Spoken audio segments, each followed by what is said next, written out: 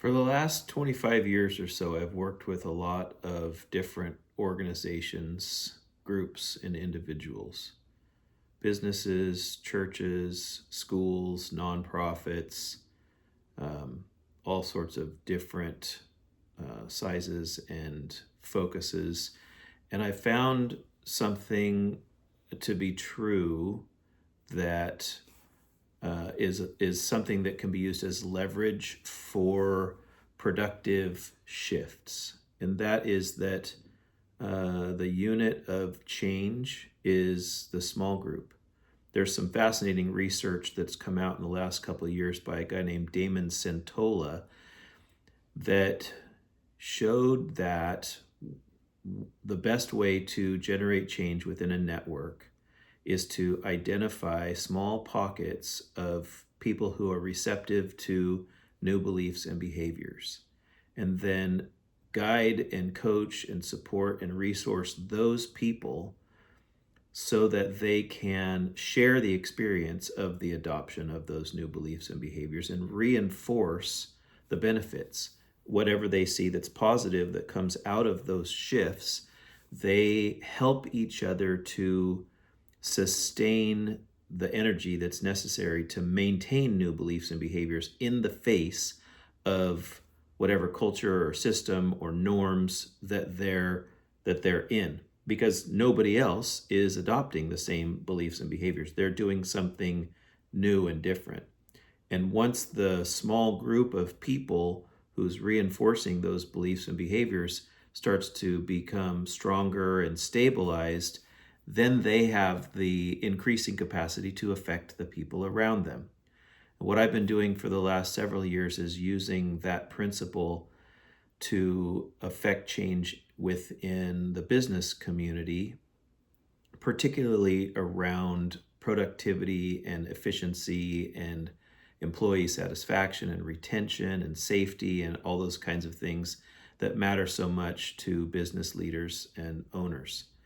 And what happens typically is that we start with a small group of people, maybe more than one group, but it's a limited number of folks who have a level of receptivity to what other people in the organization may see as too radical, too woo-woo-y, or whatever it is. And we work with these receptive people to develop collective emotional intelligence to increase the experience of belonging, focusing on individual identity, purpose, and needs, and then an exchange of those things. I call it the IPN, identity, purpose, and needs. The exchange and sort of puzzle making of the IPNs of the individuals in those small groups until a new IPN for that group emerges. And it's that emergent IPN, the purpose of that IPN, that starts to have an effect on the larger organization. So that's what the commercial side of Project Cluster Flocks is all about.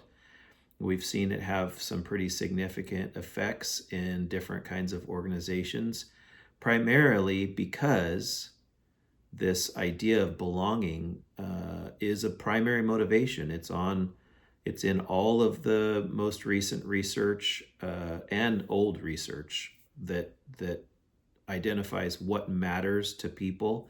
And so what we found is when we offer people the experience that matters to them, then they're willing to participate in it and go outside of their comfort zone and make sacrifices and make changes in their lives that has an effect on the work environment.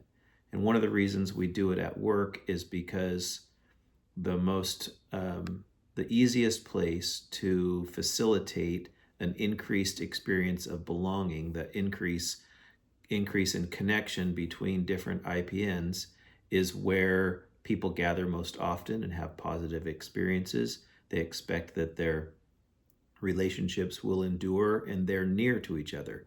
That's at work. We spend 8 hours a day with each other, and so the possibility of increased belonging is much higher. It can be, at least, much higher in the work environment.